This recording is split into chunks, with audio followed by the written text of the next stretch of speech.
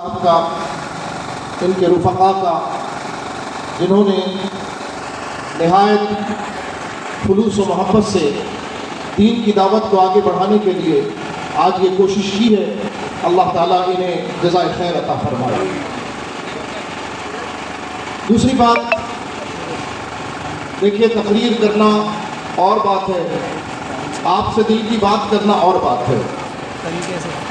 میں ابھی حاضر ہوا، یہاں بیٹھے ہوئے ہیں، سڑک گیلی ہو رہی ہے، پتہ نہیں یہ پانی گندا ہے کہ صاف ہے؟ گندا پانی ہے۔ افسوس،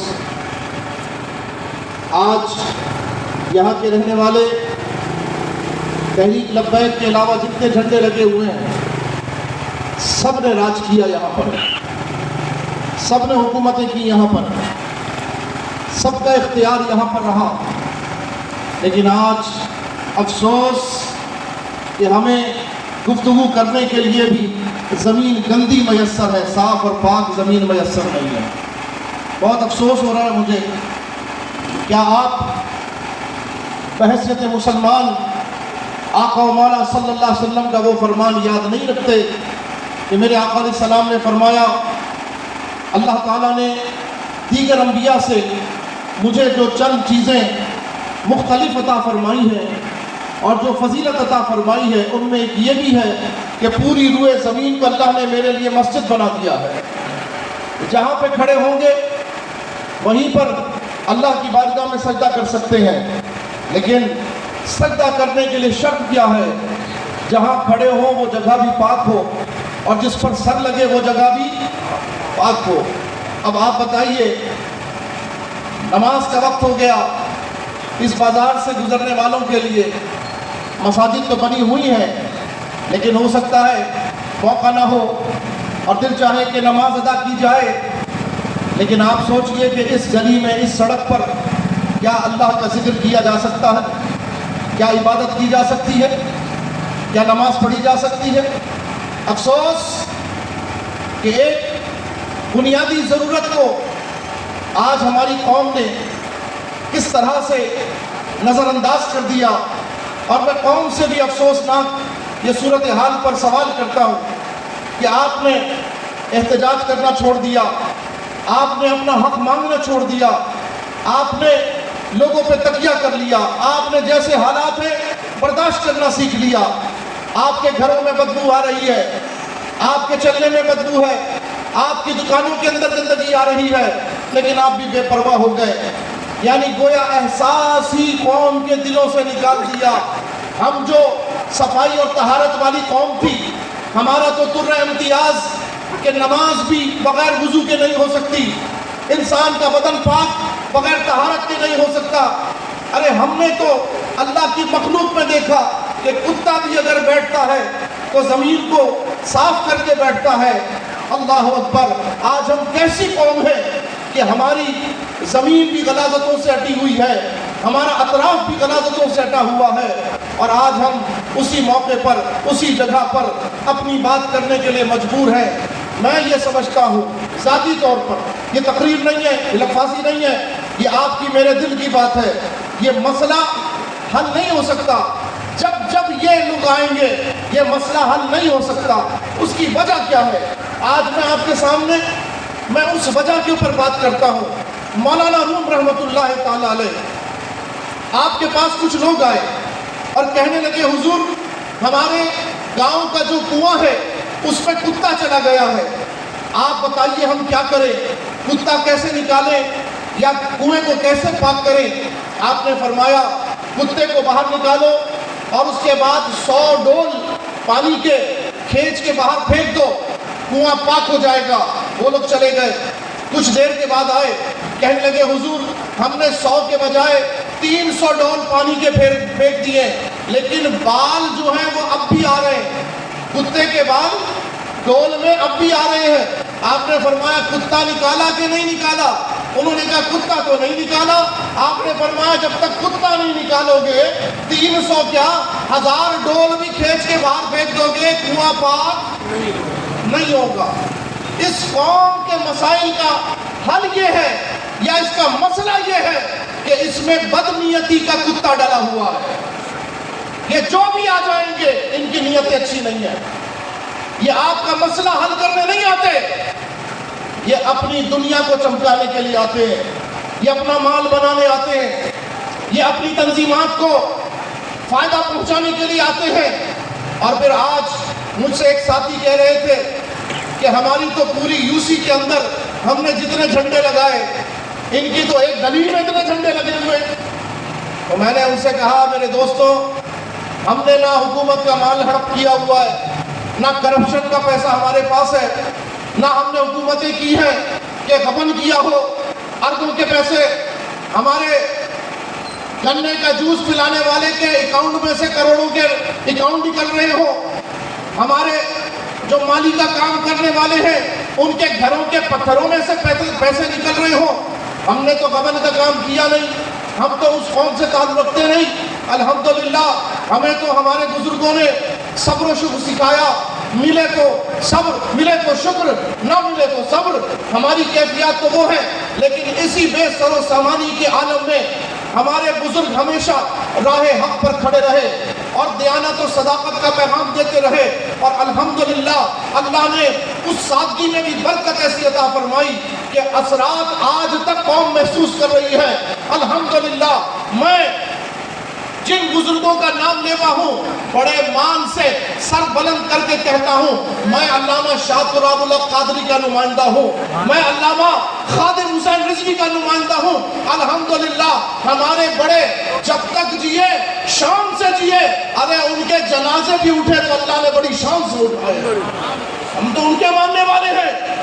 ہمارے بڑوں نے زندہ رہ کر بھی اپنی عزت و شان برقرار رکھی اور اللہ نے انہیں موت بھی عزت والی عطا فرمائی, ان کے جنازے بھی شاندار فرمائے. آج یہ جو کرتا دھرتا اس قوم کے بنے ہوئے ہیں آپ دیکھو ان کی حالتیں کیا ہوتی ہیں.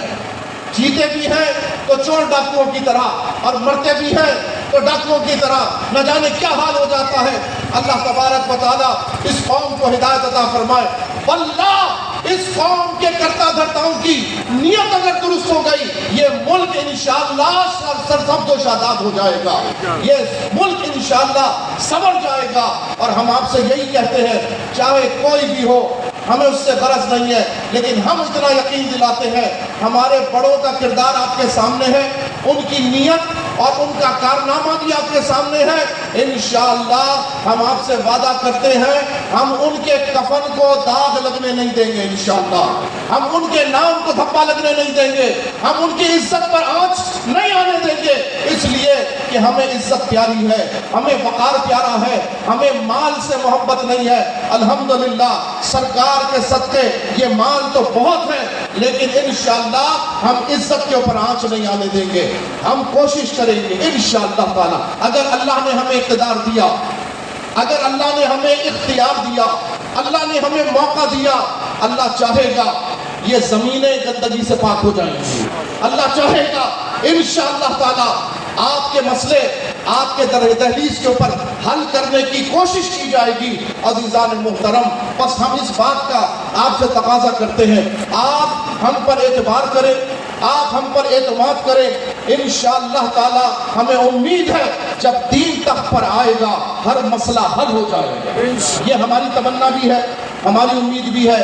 ہم بھی اسی تمنا میں آپ کے سامنے آئے ہیں کہ ہم وہ دن دیکھیں, اللہ تعالیٰ ہمیں جیتے جی وہ دن دکھا دے جب اس ملک کو جس کلمے کی بنیاد پر حاصل کیا گیا تھا اللہ تعالیٰ اس کلمے کا نظام اس ملک میں نافذ کر دے. یہ ہماری تمنا ہے, ہم اس کے لیے کوشش کر رہے ہیں. آئیے آپ ہمارا ساتھ دیجئے. آئیے اگر آپ کے پاس کوئی اور آپشن ہے, اگر آپ سمجھتے کہ جناب یہ فلاں یہ لے کر آئیں گے دین کا نظام, تو کیا آپ نے آج سے پہلے انہیں آزما نہیں لیا؟ آپ نے سب کو آزمایا کہ نہیں آزمایا؟ انہوں نے کیا دیا آپ کو؟ یہ گٹر دیا ہے. انہوں نے کیا دیا آپ کو؟ یہ حال کیا ہے آپ کا. ہم آپ سے درخواست کرتے ہیں آپ خدا را اپنے ووٹ کی قدر جانیے, اپنے ووٹ کی قیمت جانیے. ہم آپ سے پیسے سے ووٹ خریدنے نہیں آئے, ہم آپ سے درد دل لے کر آئے ہیں کہ آپ حق کا راستہ اختیار کریں, سچوں کا راستہ اختیار کریں. آئیے اچھے لوگوں کو ووٹ دیجئے تاکہ آپ کا ضمیر بھی مطمئن ہو، آپ کا دل بھی مطمئن ہو اور آپ کو اطمینان ہو کہ انشاءاللہ تعالی ہم نے اچھے لوگوں کا ساتھ دیا ہے، یہ اچھے لوگ انشاءاللہ ہمارا ساتھ دیں گے، اس محلے کا ساتھ دیں گے، اس علاقے کا ساتھ دیں گے۔ اللہ نے چاہا، اللہ نے اختیار دیا، اللہ نے اگر ہمیں اختیار دیا، یہ اللہ کے فضل سے میں امید کرتا ہوں ہم میں سے کوئی اپنے فرائض سے دانستہ غفلت نہیں کرے گا انشاءاللہ۔ یہ ہمارا وعدہ ہے آپ سے، ہم دیانت کے ساتھ کوشش کریں گے، آپ کے مسائل کو حل کرنے کی کوشش کریں گے۔ آپ کا جو مسئلہ ہے بتا دیجئے، انشاءاللہ وہ مسئلہ آپ کا نہیں ہمارا مسئلہ ہے، ہم اس کو اپنا مسئلہ سمجھتے ہیں، لیکن اس کے ساتھ ساتھ یاد رکھیے جو بات درست ہوگی، جو جائز مسئلہ ہوگا ہم اس پر ساتھ دیں گے، ناجائز مسئلے پہ کسی کا ساتھ نہیں ہے۔ ناجائز مسئلے سے کیا مراد؟ آپ کو دکان دی ہے اللہ تعالیٰ نے کاروبار کے لیے، موقع دیا ہے کاروبار کے لیے، آپ اپنی حد میں رہ کر اپنا کاروبار کریں یا لالچ میں آ کر اپنے حد کو بڑھا دیں، آپ فٹ پاتھ کا راستہ روک دیں، آپ سڑک کا راستہ روک دیں، آپ قبضہ گیری کر لیں، آپ بھتہ دے کر اپنے سٹال لگا لیں اور پھر چاہیں کہ ہم آپ کا ساتھ دیں، بتائیں آزمائش ہوگی کہ نہیں ہوگی؟ دوسرے تو کہیں گے ٹھیک ہے بھتہ دو لگا لو، پیسہ دو لگا لو، ہم آپ سے کہیں گے جناب آپ اپنی حد کے اندر چلے جائیے، آپ اپنی جائز حدود کے اندر چلے جائیے اور پھر اپنا کاروبار کیجئے۔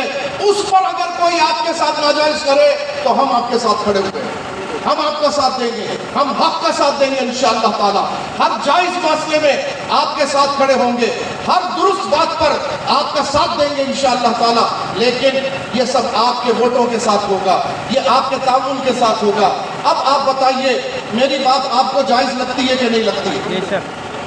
میں نے کوئی بات آپ سے ناجائز کی؟ میں نے کوئی ڈیمانڈ آپ سے ناجائز کی ہے؟ میں نے کوئی غلط بات کی ہے؟ اگر آپ کو میری بات میں سچائی نظر آتی ہے بتاؤ کیا 8 فروری کو کرین پر مہر لگاؤ گے؟ 8 فروری کو کرین پر مہر لگاؤ گے؟ ساتھ دو گے انشاءاللہ؟ اپنا ووٹ بھی، اپنے گھر والوں کا ووٹ بھی، اپنے خاندان کا ووٹ بھی، اپنی برادری کا ووٹ بھی سچوں کے ساتھ دو، انشاءاللہ اللہ تمہارے حق میں بہتر فرمائے گا۔ آپ کو ہم مایوس نہیں کریں گے انشاءاللہ، آپ کو ہم دھوکہ نہیں دیں گے انشاءاللہ، آپ کے ساتھ کوئی غلط وعدہ نہیں کریں گے۔ میں یہ نہیں کہتا کہ میں یہاں دودھ کی نہریں بہا دوں گا، میں یہ کہہ رہا ہوں جو جائز مسئلہ ہوگا اور جتنا میرا